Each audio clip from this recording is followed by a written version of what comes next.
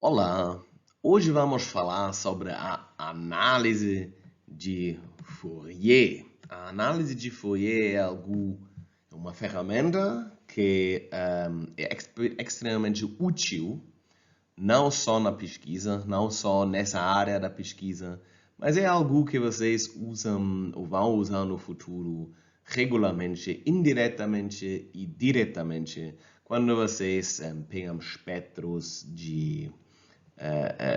dos sistemas que vocês estudam e em outras situações também. Então, vamos falar hoje sobre a análise de Fourier, que é algo extremamente importante. A análise de Fourier é uma coisa da matemática, né? A gente vai ter que entrar na matemática hoje, e a matemática não é tão simples, então eu peço desculpa para isso. Existe no Moisés uma introdução na análise de Fourier que é igualmente da perspectiva prática de um físico. Obviamente, a análise de Fourier vocês podem estudar online, tem um monte de fontes. Normalmente estudado também no seu livro favorito de análise, mas eu sugiro mais usar essa versão de Moisés, se você não entende o que eu estou dizendo aqui, porque é um pouco mais da perspectiva da prática, né? E da física real. Vamos começar então com uma corda que está fixada nos dois lados, né? Imagina, isso aqui seria fixo, isso aqui seria fixo, e agora você tem essa corda no momento zero segurado em cima, e você basicamente cria uma tensão assim. Então, uma corda vibra. Isso vocês sabem. Quando você deixa essa corda livre, no momento ela está fixada, mas quando você deixa essa corda livre, ela vai começar a vibrar em alguma maneira, né? E aqui tem uma força que vai para baixo e você esperaria algo como uma vibração. Essas vibrações não ocorrem em qualquer maneira. Vocês já estudaram essas vibrações, né? Eles formam ondas estacionárias. E geralmente essas vibrações ocorrem nesses modos normais. E se vocês não lembram mais o que são esses modos normais, eu posso lembrar vocês. Aqui vocês podem ver os primeiros 4 modos de uma onda estacionária, onde os dois fins são fixos, né? Então, o primeiro modo vibraria assim, como vocês conseguem ver aqui. Obviamente, isso é um meio de um comprimento de onda, um meio porque isso é só o máximo, né? Então, o comprimento de onda é 2L, se essa distância aqui é L. A frequência dessa vibração, vocês determinaram na física 1 ou física 2, ou na mecânica de oscilações e ondas, e ela é a velocidade dessa onda dividido sobre o comprimento de onda, que seria, nesse caso, 2L. Então, a frequência do segundo modo seria onde que o comprimento de onda seria L, seria V sobre L, então a vibração, a frequência da vibração seria 2 vezes mais alta. Isso talvez vocês lembram, se você vai para modos com números mais altos, a frequência vira maior. Ok, isso é como funcionam ondas estacionárias. Agora queremos saber como vibra essa corda que a gente estudou antes, que a gente já mencionou. Então, quais são esses modos normais? Obviamente, isso aqui, se você quer descrever essa curva, não é diretamente a vibração de um modo normal, que poderia ser alguma coisa assim, ou alguma coisa assim. Em vez disso, é uma superposição de modos normais. E você sabe que é uma superposição de modos normais, porque a sua condição de contorno, que esses dois fins são fixos, ela tem que ser satisfeita. Né? Então, isso significa, quando você tem uma superposição de vibrações, né, você teria uma soma, né, de todas essas vibrações. Então, a função de y seria esse eixo aqui, independência da posição e do tempo, seria algo como uma soma sobre vários modos normais. E algo que vocês lembram ou não lembram é que para ondas estacionárias, e isso faz muito sentido, para ondas estacionárias você consegue dividir a componente da posição e a componente do tempo. Né? Isso faz muito sentido. Olha, isso aqui é um cosseno. Então, no momento zero, o cosseno é o máximo. Né? O cosseno de zero é 1. Cosseno é o máximo. Então, quando você começa com essa corda numa certa posição e você deixa ela livre, toda a energia no primeiro momento, energia potencial, significa que a amplitude tem que ser máximo, significa que a componente do tempo tem que ser um cosseno. Enquanto a componente da posição é um seno, porque os fins são fixos. E, obviamente, cada componente tem uma certa amplitude. E essa amplitude a gente chama Bn. N minúsculo para determinar o modo normal. Né? Então, Kn seria o número de onda para esse modo normal. E o número de onda é definido aqui embaixo. Πn sobre L maiúsculo. Com ômega n sendo a frequência angular, que seria Kn vezes a velocidade. E, basicamente, a gente deve ser capaz de descrever o movimento que ocorre quando a gente deixa essa corda livre no momento t igual a 0 com uma fórmula desse tipo. Ok, isso parece talvez um pouco complicado.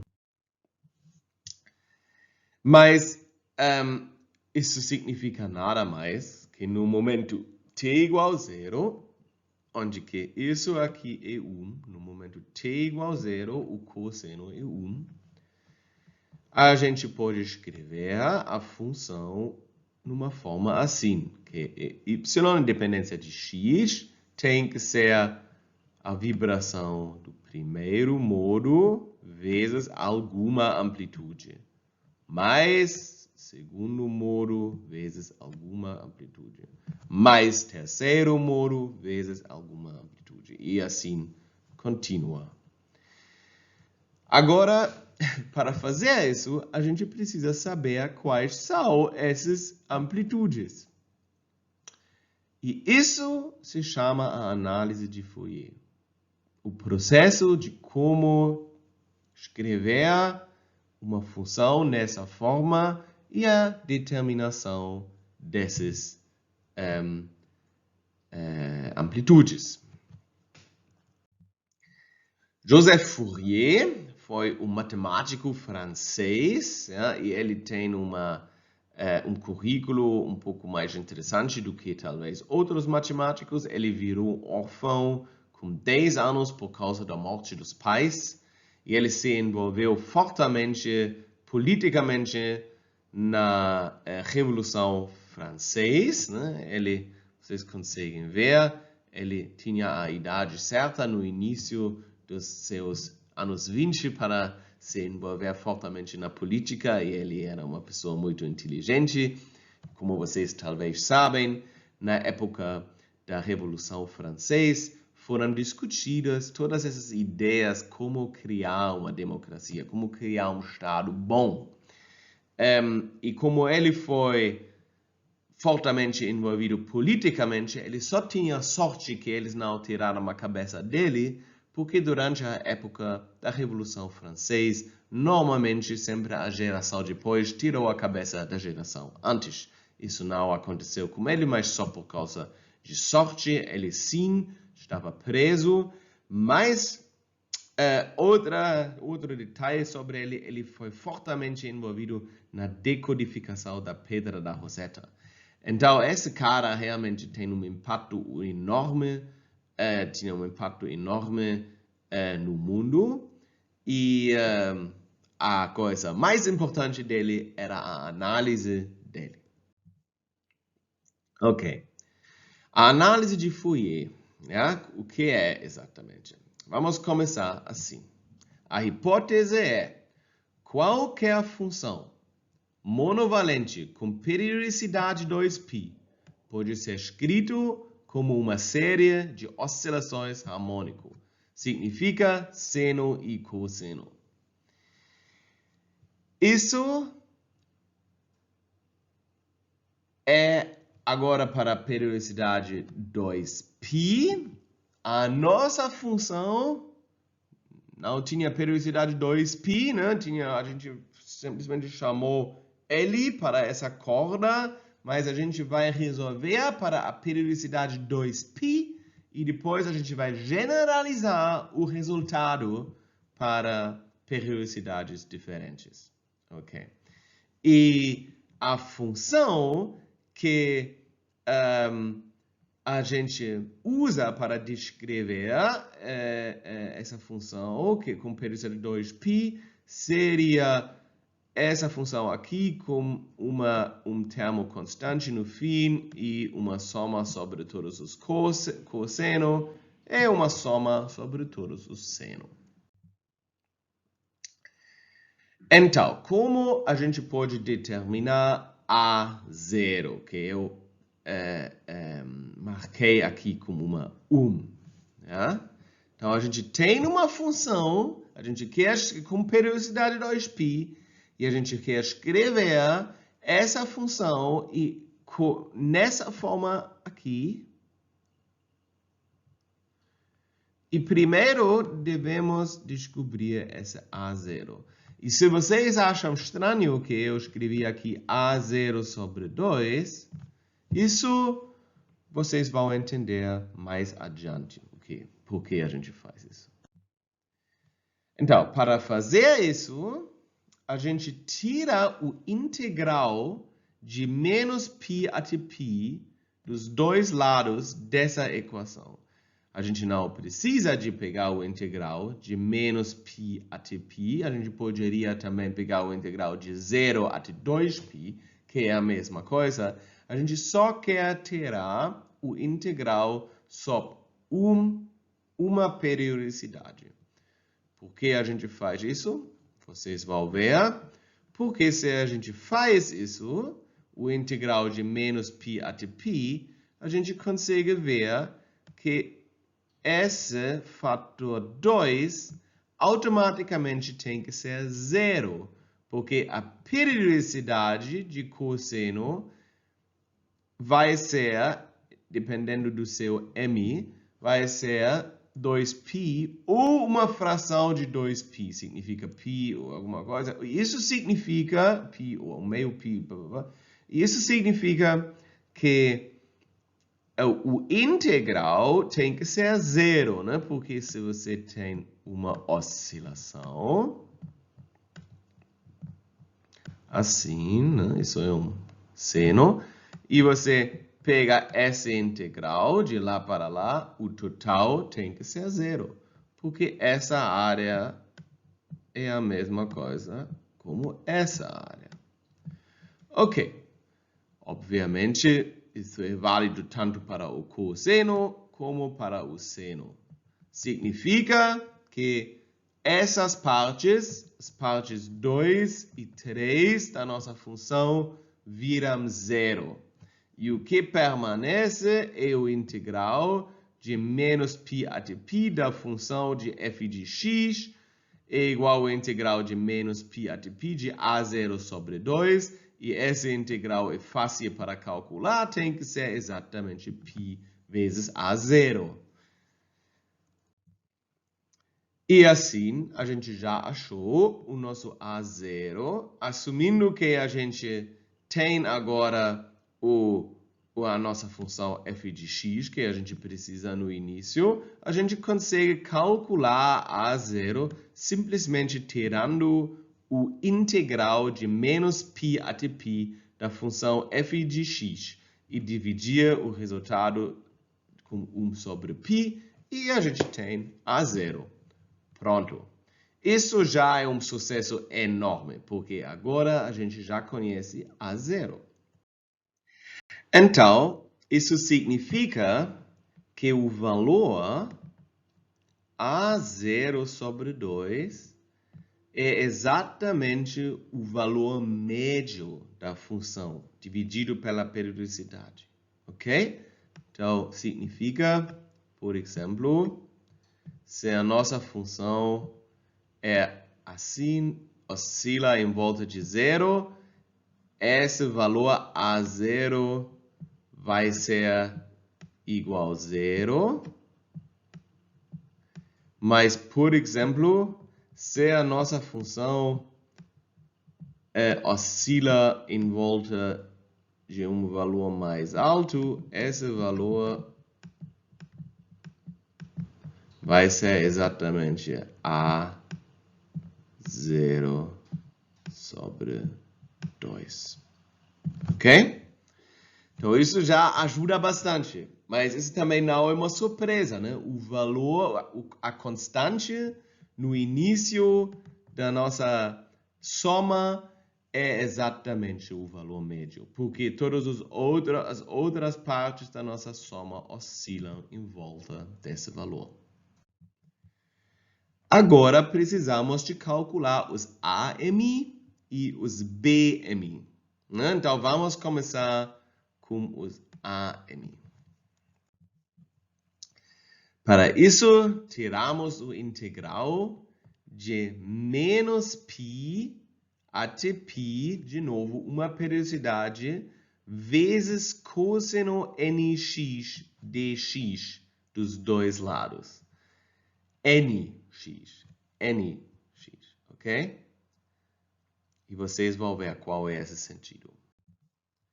O termo 1, essa vez, tem que ser zero.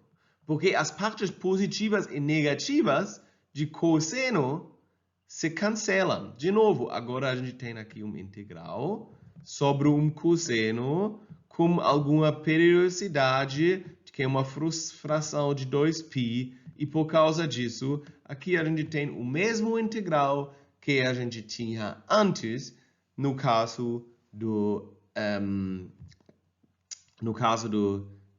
quando a gente calculou os a0, porque, obviamente, agora aqui tem o mesmo integral que a gente tinha antes na posição 2. O termo 3 também vira zero. E isso tem um exercício, é fácil para mostrar isso, mas isso tem um exercício, eu não vou fazer aqui agora. Vocês podem escolher se vocês querem mostrar isso ou não. Eu sugiro fazer, porque é algo que também pode cair na prova, mas tem um exercício.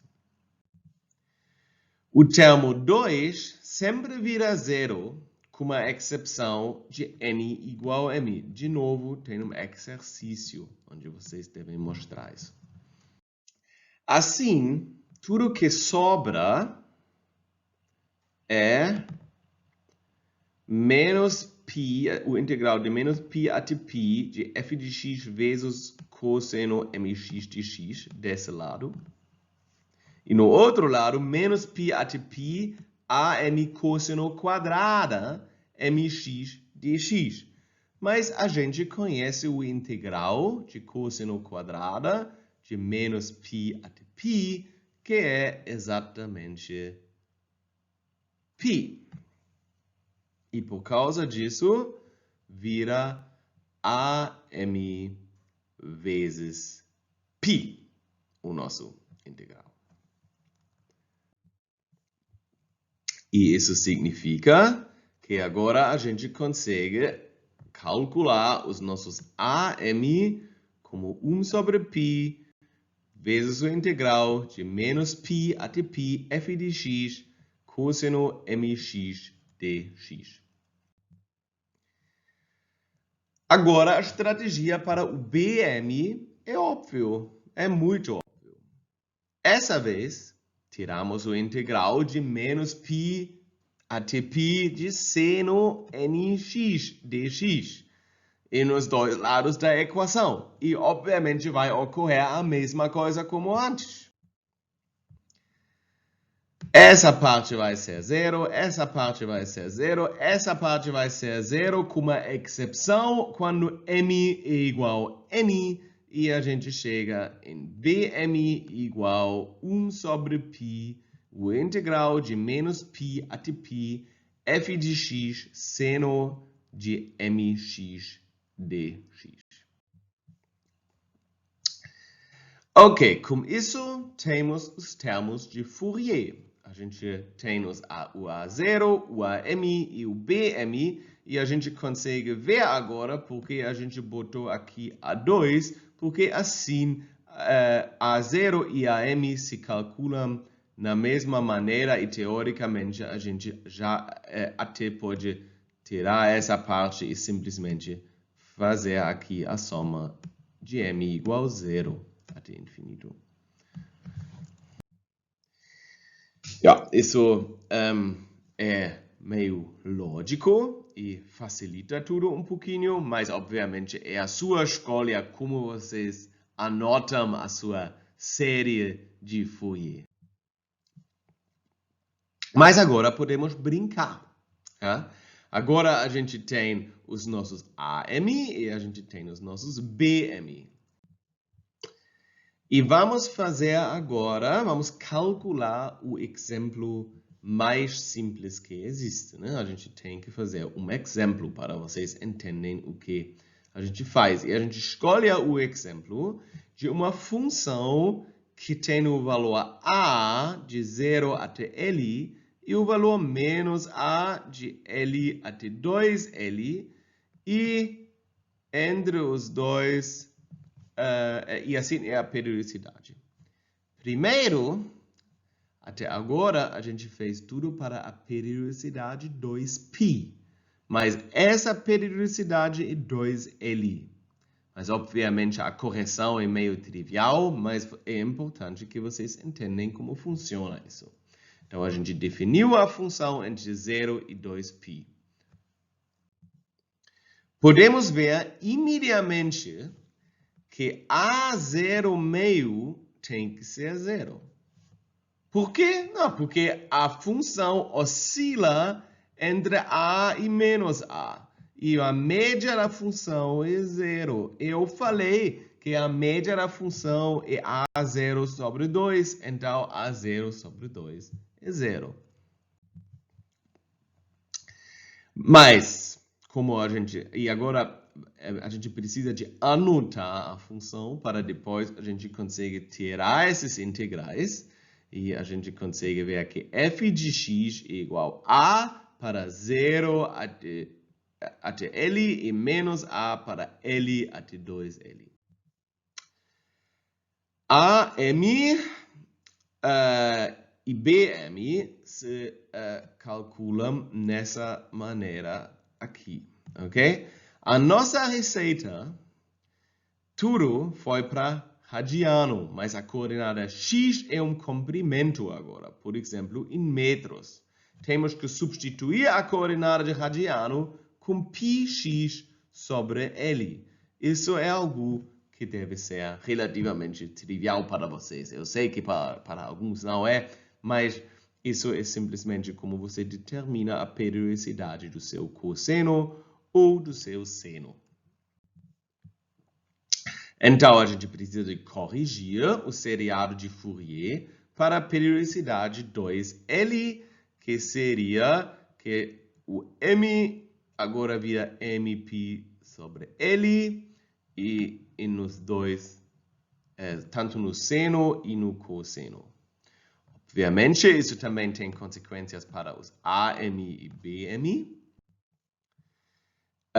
porque a gente calculou eles com essa fórmula aqui, que vocês conseguem ver, mas é relativamente fácil para corrigir. De novo, a gente precisa de corrigir aqui o M e aqui a periodicidade. Isso significa que agora a gente tem com periodicidade 2L, né?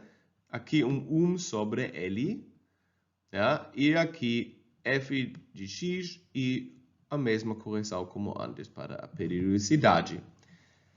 Cuidado! Agora, cuidado, porque agora a gente assumiu periodicidade 2L.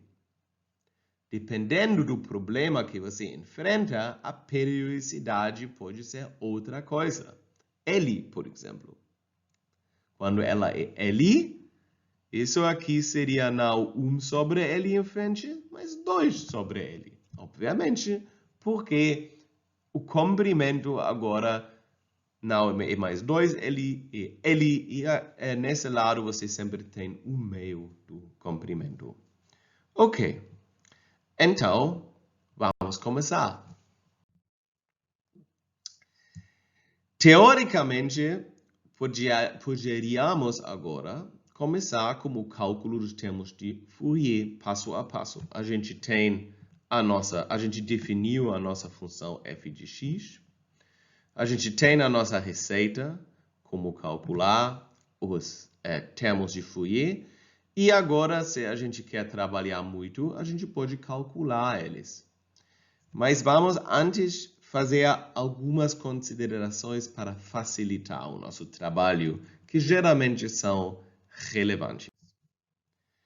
A gente já falou A0 tem que ser 0, porque a função tem um médio de 0.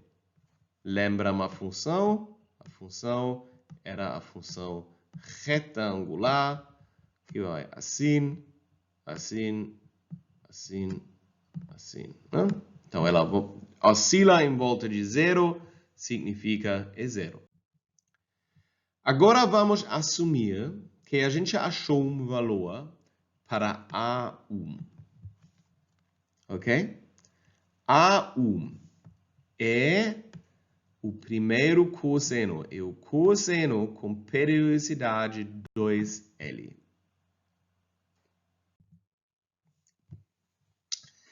Aqui, vocês conseguem ver a nossa função.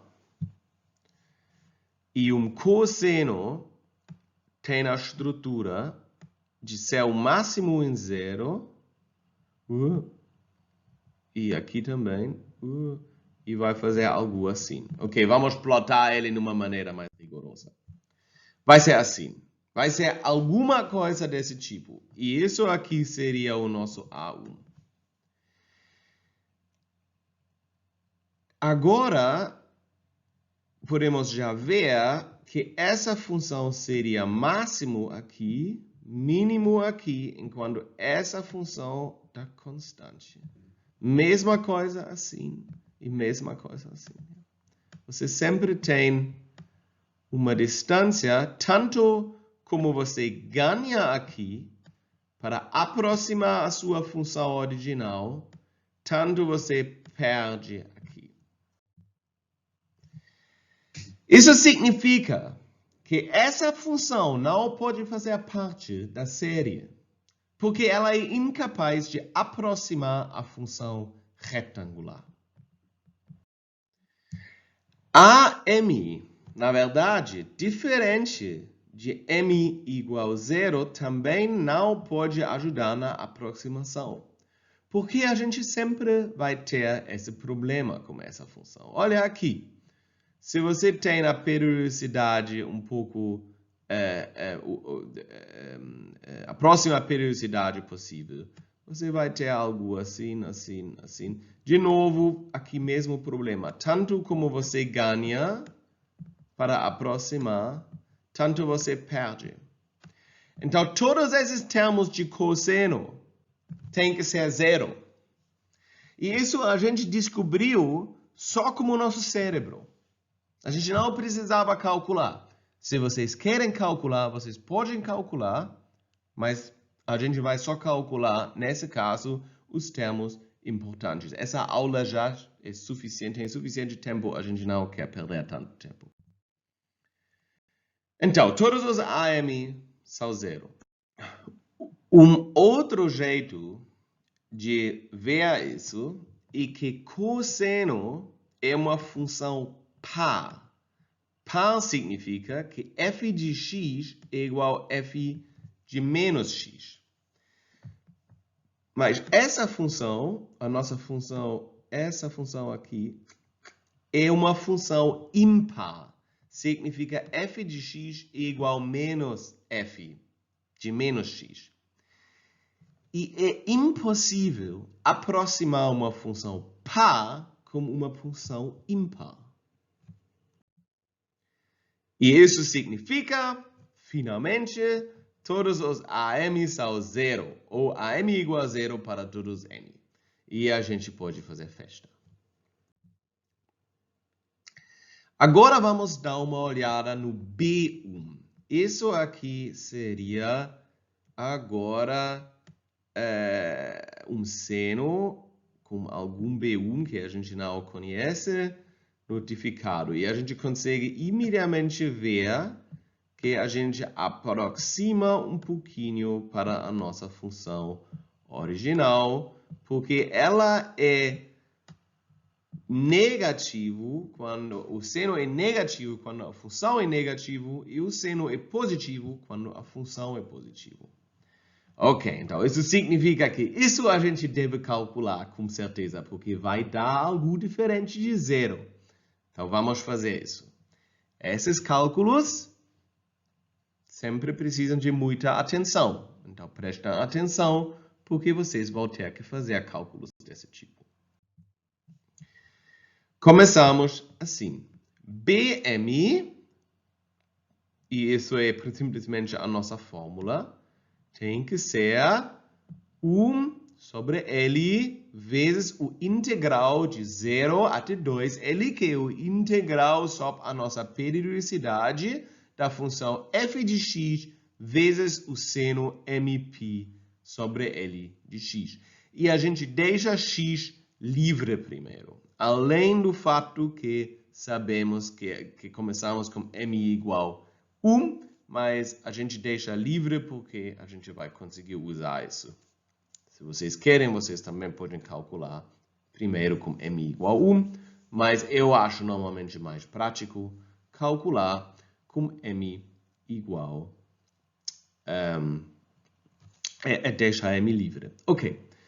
Então, a nossa função f de x, ela é a de 0 até L, e ela é menos a de L até 2L, e por causa disso a gente pode dividir o integral nesses dois integrais aqui embaixo. Agora existem dois casos diferentes. M poderia ser par ou M poderia ser ímpar. E isso muda, obviamente, o sinal do nosso integral aqui. E isso significa que para o caso ímpar, se vocês calculam esse integral é fácil, porque vocês conseguem calcular o integral sobre um seno, sobre uma certa periodicidade, e não precisam fazer mais nada. E isso seria 4a dividido por πm. Para m impar, M1, M3, M5, para M2, M4 e desses, isso aqui vai virar 0. Então, isso significa que a gente pode escrever a onda retangular nessa forma assim. Que seria aqui para todos os M impares, né? E se a gente plota isso, só o primeiro termo, esse termo de seno, vocês conseguem ver essa aproximação lindíssima. Obviamente, aqui a gente está um pouco abaixo da nossa função, aqui a gente está um pouco em cima da nossa função, mas geralmente a gente consegue ver imediatamente que a gente está mais perto da função do que, por exemplo, no caso de cosseno. Se a gente botar o segundo termo, que seria esse termo aqui, e a gente adiciona os dois juntos, como a gente tem no nosso seriado de Fourier, a gente chega nisso aqui. E isso já é bem perto da nossa função original. Já dá para ver que aqui a função é mais ou menos constante. E aqui ela cai relativamente rápido para virar mais ou menos constante de novo. Se a gente bota o próximo termo, a gente já está ainda mais perto. E assim a gente continua. Se a gente pode escolher quantos termos a gente quer plotar numa situação da prática, mas no fim a gente vai ter uma função bem legal. A análise de Fourier é extremamente importante. Eu falei isso no início e eu gostaria de resumir isso um pouquinho. Uma razão pela importância da análise de Fourier é que o nosso ouvido faz uma análise de Fourier. O nosso ouvido é capaz de escutar frequências numa certa banda larga e dentro dessa banda a gente está fazendo uma análise de Fourier. Por exemplo, se você faz música eletrônica e você quer simular o som de uma tuba, tá? Você sabe, uma tuba, na verdade, cria um som que é um pouco similar de uma onda retangular, e você faria isso com uma superposição de ondas que você cria, ondas harmônicas, como a sua eletrônica, e você faz exatamente isso, você adapta as amplitudes numa maneira que você recebe a sua onda retangular. E assim você simula uma tuba, por exemplo. O nosso olho faz análise de Fourier. E isso é, desculpa, deve ser Covid.